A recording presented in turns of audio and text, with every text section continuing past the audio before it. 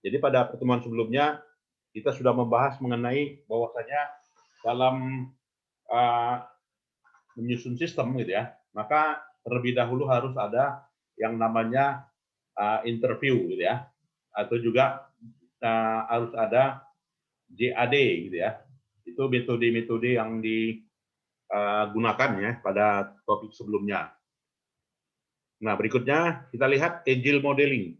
Nah, jadi ini fase selanjutnya ya. Fase selanjutnya dari siklus hidup pengembangan sistem ya, SDLC gitu ya. Nah, di mana agile modeling ini apa definisinya? Agile modeling ini adalah suatu kumpulan inovasi ya dari berdasarkan pendekatan user dalam pengembangan sistem. Jadi dengan kata lain agile modeling ini prototype gitu ya. Artinya informasi atau juga teknik yang digunakan menunjukkan reaksi, sugesti, inovasi dan juga rencana yang direvisi. Ya, jadi agile modeling atau juga prototyping itu masih 70% dari model sistem ya. Nah, jadi di sini bagaimana metode pengujiannya gitu ya. Jadi metode pengujian sebelum menjadi model yang 100%, maka harus adalah prototype namanya, harus ada yang namanya rapid application development dan juga agile modeling. Nah, jadi yang dikatakan dengan prototype di sini bisa berupa patch up, ya, non operasional, push off series, dan juga selector feature. Nah, yang dikatakan dengan prototype patch up itu adalah prototype yang sifatnya patch ya, bagian-bagian ya, di mana bagian-bagian ini merupakan model yang bekerja yang menunjukkan sebuah fitur yang bentuknya belum efisien benar, yang belum 100% benar gitu ya, dan berinteraksi lah dengan sistem. Sedangkan non operational scale model itu adalah skala model jaringan yang menunjukkan aspek yang sudah didesain gitu ya. Dan juga first series prototype ini adalah pilotnya, artinya di situ pengujian yang sudah dikendalikan ya, sudah diinstal gitu ya, sudah sudah ditempatkan ya pada suatu lokasi tertentu yang menunjukkan duplikat instalasi aslinya gitu ya. Jadi dalam menyeleksi fitur prototipe di sini termasuk di dalamnya adalah membangun model operasional ya, membangun model operasional yang termasuk di dalamnya adalah akhirnya nanti menjadi sistem yang final gitu ya. Nah, jadi model dari prototipe itu ada 4 ya. Yang namanya patch up, kemudian non operasional, kemudian first S series dan juga selected feature. Dan jadi bentuknya seperti ini ya, mau analisis sistem itu mau mengusulkan bentuk patch up ya, mau bentuk non operasional ya, mau bentuknya first series atau juga selected feature ya, itu kewenangan dari analisis sistem ya. Nah, jadi di situ prototipe inilah sebagai bagian dari yang dikatakan dengan siklus hidup pengembangan sistem. Jadi kalau kita nggak buat prototipe, maka kita nggak sempurna menciptakan sistem. Ya harus ada prototipe dulu, ya harus ada bahan uji cobanya dulu, gitu ya. Baru lahirlah sistem, gitu ya. Nah, dalam membangun prototipe itu ada panduannya. Panduannya adalah punya modul, gitu ya. Kemudian juga prototipenya cepat dan juga bisa dimodifikasi dan juga bisa memenuhi kebutuhan dari user itu sendiri. Nah, lantas prototipe itu tentu saja bukanlah suatu yang suatu yang tidak punya kelemahan, gitu ya. Nah, ada ketidakunggulan dari prototipe ini. Pertama adalah sulit ya bagi prototipe ini kalau misalkan dijalankan ketika sistem itu sudah jalan, gitu ya. Tapi statusnya prototipe. Nah, itu resikonya besar ya. Dan juga user dan juga analis mengadopsi prototipe itu kepada sistem yang lebih lengkap laginya ya. Nah, sedangkan keunggulannya ya potensi mengubah sistem ya. Nah, itu besar. Kemudian kesempatan ya yang tidak bisa menghentikan pengembangan sistem dan juga memungkinkan mengembangkan sistem itu secara tertutup di mana user menginginkan ya sesuai dengan ekspektasinya. Nah, prototipe itu bisa menggunakan yang namanya CHODS software gitu ya. Jadi yang dikatakan dengan CHODS software sini adalah instalasi di mana mengelaborasi dan juga sifatnya mahal dan juga tetapi manfaatnya tinggi gitu ya kalau kita menggunakan CAD software. Jadi ciri-ciri dari prototipe ya kalau diimplementasikan dalam bentuk aplikasi yang namanya CAD software ya. Nah, bagaimana peranan user dalam prototipe ini? Ya, peranan user adalah harness involved ya, artinya berdasarkan pengujian ya semuanya di lapangan. Ya, jadi fakta di lapangan lah yang membuktikan. Kemudian juga ada reaksi terbuka atas prototipe tersebut dan ada juga saran tambahan ya. Kira-kira dari prototipe mana yang mau dihapus, mau diteruskan, mau dikembangkan gitu ya. Begitu juga ada metode lainnya yang namanya Rapid Application Development. Jadi Rapid Application Development basisnya adalah basis orientasi ya dalam mengembangkan sistem termasuk mengembangkan perangkat lunaknya. Jadi fase dari RAD ya Rapid Application Development 3 fase yaitu rencana kebutuhan ya requirement planning, kemudian juga workshop dan juga implementasi. Nah, jadi nggak lepas dari namanya terlebih dahulu adanya workshop gitu ya. Dalam menentukan fase perencanaan, user dan juga analis mengidentifikasi tujuan dari sistem aplikasi tersebut gitu ya. Jadi orientasinya ke depan ya. Orientasi ke depan ya tujuannya agar bisa memecahkan permasalahan dan kondisi pada lingkup bisnis yang ada.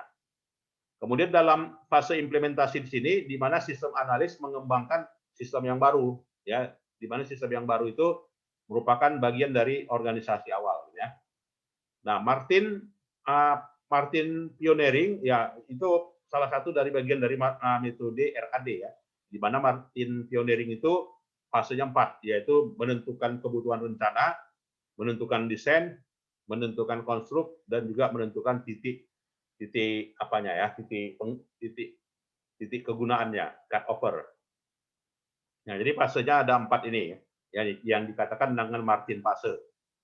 Nah, software dari RAD itu banyak ya, mulai dari Microsoft Access ya, Microsoft Visual Basic, C++, ya Microsoft.NET ya. Kalau orang sekarang populernya pakai pemrograman ya. Kalau dulu nama pemrograman yang populer ya Microsoft Visual Basic ya. Visual Basic itu populer sekali ya bahasa pemrogramannya. Tapi sekarang yang dikembangkan secara bersama-sama yang namanya PHP gitu ya. Jadi aplikasi PHP itulah yang dalam hal ini software untuk pengembangan prototype. Nah, jadi bagian dari RAD itu adalah tidak lepas ya dari siklus hidup sistem itu secara keseluruhan gitu ya. Jadi RAD Design Workshop dan juga SDLC itu bagiannya gitu ya. RAD itu bagian dari SDLC. Nah, maka gambarnya kita lihat seperti ini gitu ya. SDLC itu kan ada 7 kemarin kan, yaitu pada fase identifikasi problem sampai pada fase implementasi gitu kan. Ada 7 fase. Nah, itu. Kapan digunakan RAD tersebut ya? Ketika ya tim atau juga pemrograman ada analis gitu ya, itu ada di dalamnya ya. Kemudian juga ada hal-hal logika yang harus dipres yang terkait dengan pengembangan sistem itu. Dan juga termasuk di dalamnya kegiatan e-commerce ya, perangkat e-commerce dan juga tingkat kepuasan ya dalam pencapaian tujuan perusahaan. Nah, RAD pun juga nggak sempurna 100% ya, artinya nggak sempurna 100%. Kenapa? Ya, RAD itu penuh coba-coba gitu ya. Begitu banyaknya project too much ya, hari itu project too much katanya. Coba-coba semuanya ya, dan juga dokumentasinya nggak rapi ya, lack of documentation.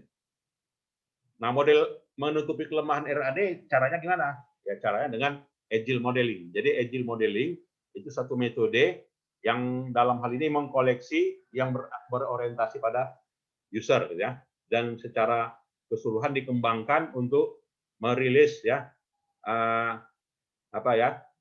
perangkat lunak yang cepat dan juga berkesinambungan ya, termasuk dalamnya ya. Nah, jadi prinsip menyusun ide agile modeling gimana? Harus sering komunikasi, sederhana ya, simplicity, punya umpan balik, dan juga punya cakupan. Nah, itu ya. Jadi 5 prinsip agile tersebut gitu ya. Ya itu tadi ya. diasumsikan ya rapid, simplicity, changing, kemudian juga embracing dan juga encouraging. Nah ini ya, jadi digambarkan dalam bentuk gambar seperti ini. Nah kemudian juga ada 4 sumber daya atau juga variabel ya yang diserap oleh agile modeling. Apa itu? Waktu, ya semakin banyak konsumsi waktunya besar, biaya juga besar, kualitas tinggi, gitu ya, cakupan banyak, gitu ya. Itu dikatakan dengan agile modeling. Jadi penerapan dari agile modeling di situ 4 utama, ya. Short leases jangka pendek 40 jam, nah artinya lebih cepat ya. Nah dalam pengembangan agile modeling di situ ya harus ada eksplorasi, perencanaan, kemudian juga iterasi plus release dan juga productioning dan maintenance ya. Nah itu. Nah itulah ya yang bisa kita simpulkan ya dari topik ini ya, bahwasanya menyusun prototipe itu nggak harus dilakukan ketika kita mengusulkan sistem baru, ketika kita menjalani yang namanya siklus hidup pengembangan sistem. Ya, jadi prototipe harus disediakan. Jadi prototipe itu 4 ya. Apakah dia phase up system, apakah non operasional, apakah first of series, apakah selected future, gitu ya. Dan juga ada panduannya ya dalam mengembangkan prototipe ini. Dan ada ketidakunggulan dari penggunaan dari prototipe. Nah itu ya. Selain prototipe ada nggak yang lain? Ada, ya, namanya dengan agile modeling. Jadi dengan agile modeling itu ada prinsipnya dan ada pendekatannya, ya. Kemudian juga di mana agile modeling itu berdasarkan pendekatan tata kelola yang utama, ya. Dan juga kalau misalkan diadopsi, ya harus banyak-banyak melakukan inovasi, ya. Nah inilah ya yang terkait dengan chapter 5 ya, yang sambungan dari minggu sebelumnya. Artinya difokuskan pada penyusunan prototipe ya dalam siklus hidup pengembangan sistem. Baik, silakan kalau ada yang mau berdiskusi, silakan dibuka forum. Ada? Oke, ada? Cukup jelas ya semuanya? Oke, cukup jelas ya. 5 topik ini udah cukup jelas sudah. Baiklah, kalau tidak ada, saya kira itu saja ya perkuliahan kita sore hari ini. Jadi dengan demikian kita sudahi ya pertemuan ini. Selamat sore. Assalamualaikum warahmatullahi wabarakatuh. Selamat sore Pak.